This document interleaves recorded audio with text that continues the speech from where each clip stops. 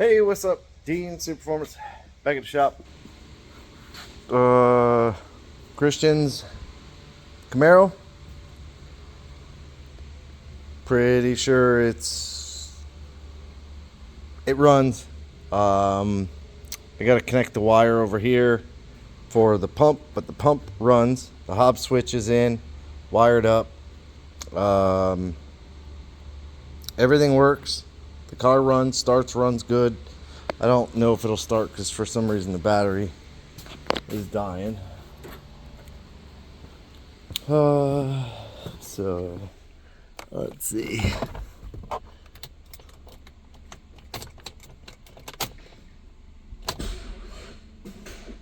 Nope. Alright, hold on. Okay, put the jump box on. Can't reach the key, too short.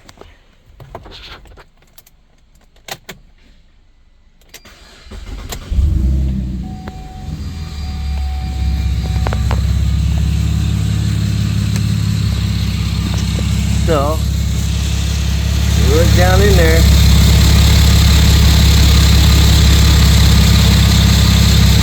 They spin when they're all warmed up.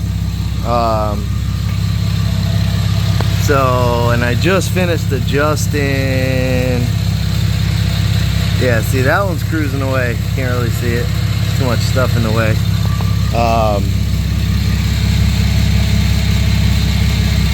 Yeah, but pretty much got it all done. It's not loud.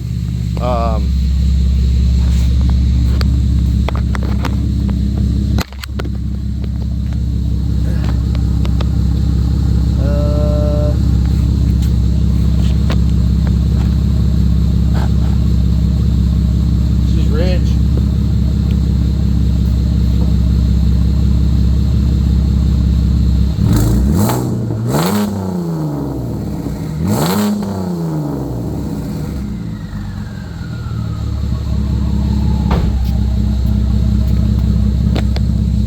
So rich, I don't know why.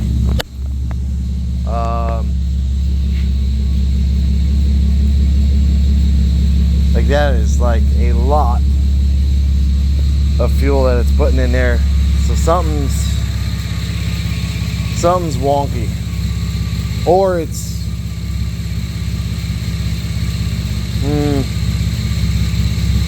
I don't know. It's rich. For some reason it's rich. It's like choke you out rich. But so yeah, let me shut it off. I'll just keep the jump pack on it.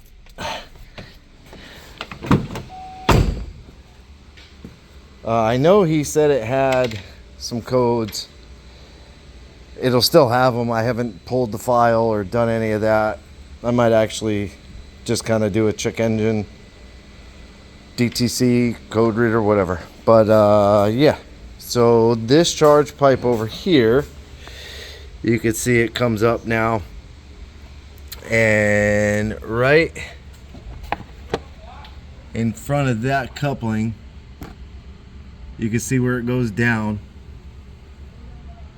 So I got the other 90s. I don't know, he moved everything on me. They're here somewhere, but I got the other 90s. Oh, actually, they're back here. Man, she is smoking. Yeah, so that's what I cut off the 90 and then attached it to the 2.5. This is the second one I ordered. So if we look at basically that, so it gave it a sweep, and then I coped it to fit the 2.5 tubing, and it fits. If I made it fit real good, and then I traced the hole around the outside of the pipe, and I left like 1/8 of an inch, welded everything up real nice. That one actually came out pretty good. I should have left the car up in the air, but then it comes down into the intercooler. Cardboard's off the intercooler. Everything's on, everything's tight.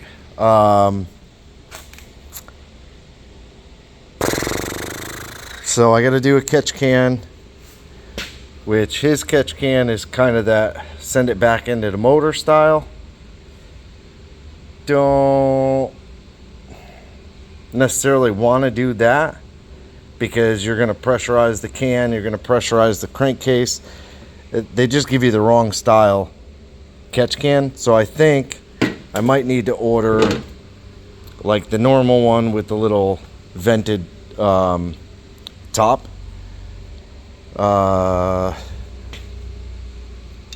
So that piece, then do some tailpipes. I don't think it needs a muffler. It's kind of up to him. It's perfectly quiet. It's pretty quiet just sitting there.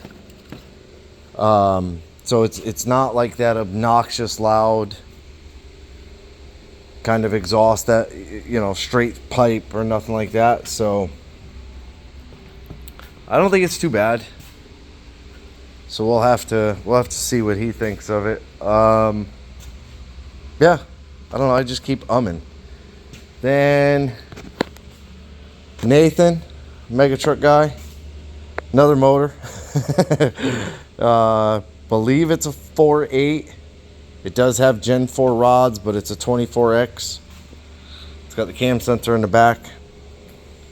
Cam bearings are wiped out, but the rod bearings all seem to be normal wear, like 180,000 miles on them. You know, it's dirty. The motor's dirty, but it's not, the mechanical parts of it are not totally screwed. Like the rings aren't totally locked up on the pistons. The cylinder walls aren't totally clapped out. So it's another motor that he had to go and get. The other one at the machine shop is just taking too long. I mean, it's gonna take too long. So we're gonna clean this one up, knock the cam bearings out of it, put some new cam bearings in it. We'll clean everything real good. And then pre-oil the crank bearings again. Maybe take them out. Who knows, just to make it easier to clean. And then put it together. It should have a running motor. I think he's gonna come by tomorrow, maybe clean everything up. Get that one together. The Camaro, for all of this, I think he's bringing it tomorrow. So I got to get all this space cleaned up. This car's got to get pulled forward because I'm pretty sure I'm all done underneath. I adjusted this wastegate, made sure this one's good, so they're both closed. So we should be good there. I mean, I could technically kind of take the car for a ride and see how it does. I mean, I don't really need to take it for a ride. It needs to be tuned for boost. But it's movable now. Now it's to the point where I could start it, run it, pull it out of the way if I need to and stuff, while I get the front end back on it. And then I can take Jeff's car, put it on the lift, because we're going to drop the whole motor, transmission, front subframe clean out of that car. And then I've got AFR heads, full tick package for it, long tube headers, gonna do like a full custom exhaust, really nice Circle D. It's the Pro Series. I think it's like the 258. Can't remember what he spec'd.